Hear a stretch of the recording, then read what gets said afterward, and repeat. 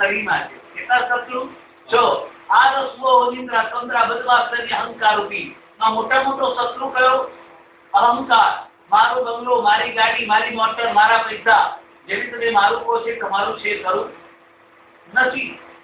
છતાં તમે હું બધા શું કહે છે? મારું મારું ને મારું મારું મારું કરતો જીવાત્મા તું આવ્યો ને મારું મારું કરતો જીવાત્મા તું કશું મળ્યું?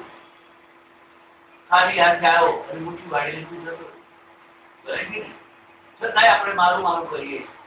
તો હવે 6 પ્રકારની શાંત કરાવવાની ક્રિયાની કર્મ તમારી પાસે કરાવ્યું. ક્રિયાની કર્મ એ મેં તમારી પાસે કરાવ્યું. પહેલા મેં તમે 3 ખર્ચ ટાળી પડી.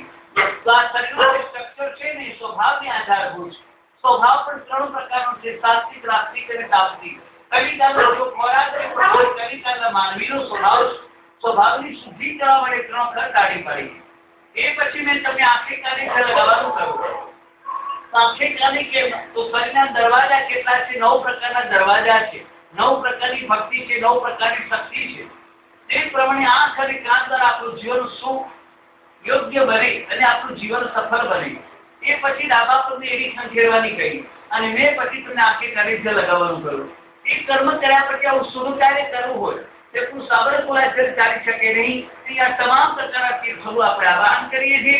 એવો મંદિર હાવ કરી કળશને સ્પર્શ કરી આપવાનો.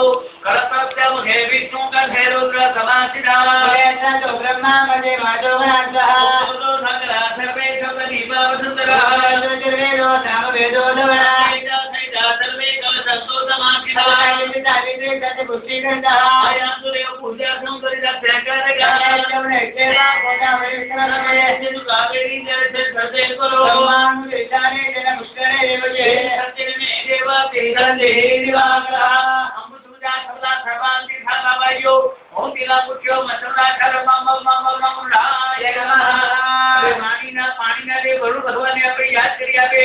નમો નમસ્તે દયા બ્રહ્માય સુદેરાય મંગળાય સુભાસાય જલાસિનાય નમો નમસ્તે દેવતાભ્યો નમઃ ધ્યાયામિ ધ્યાયામિ.